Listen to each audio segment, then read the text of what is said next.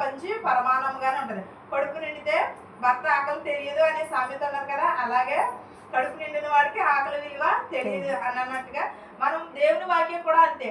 విని విని దేవుని వాక్యము ఏమవుతుందంటే చాలా దానిని విడిచిపెట్టేస్తున్నారు. కానీ ఒక్కొక్కసారి మనకంటే అన్యులే ఎక్కువ భక్తి కలిగి ఉంటున్నారు, మనకంటే వారే ఎక్కువ భక్తిని కలిగి ఉంటున్నారు. ఎందుకంటే వారు మధ్యలో వచ్చారు కాబట్టి వారికంటే దేవుడు అంటే భయము, దేవుడు అంటే భక్తి ఉంటుంది. అదే మనం చిన్నప్పటి నుంచి చూడటం వల్ల వినటం వలన ఏమవుతుందంటే దేవుడు అంటే భయం లేకుండా భక్తి లేకుండా ఉంటున్నారు. ప్రతి ఒక్కరు కూడా ఏం చేయాలంటే దేవుని ఎదుట మనము సాష్టాంగపడి మనము నమస్కారం చేసి ఆయనను మనకున్న కష్టాలను కానీ మనకున్న శోధనలు కానీ ఇవన్నీ కూడా మనము అడగాలి దేవుని ఎదుట. మనం ఉపవాసం ఉండి ప్రార్థన చేసినంతే అంతే అలా కాదు, కానీ మన హృదయం నందు దేవునికి మనం ఏమి కలిగి ఉంటున్నాం అనేది మనము ఒక్కసారి మన హృదయాన్ని మనం పరిశీలన చేసుకోవాలి.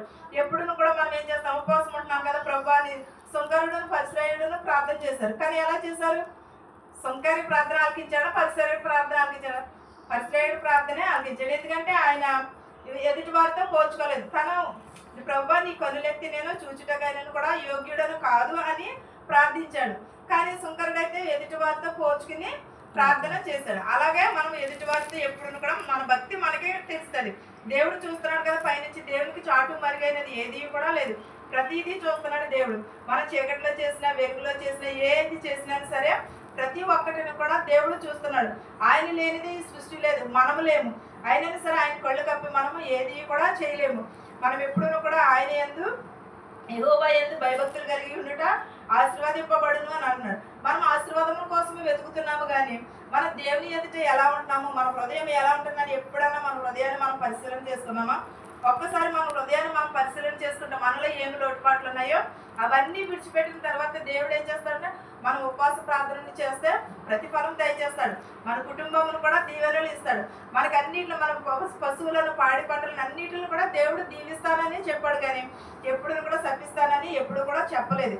ఎందుకంటే దేవుడు ఆయన కోసం ఏది కూడా చేసుకోలేదు ఈ లోకంలో. ప్రతి ఒక్కటి కూడా మన కోసము మన బిడ్డల కోసమే ప్రాకులాడమన్నాడు దేవుడు ఎప్పుడూ కూడా.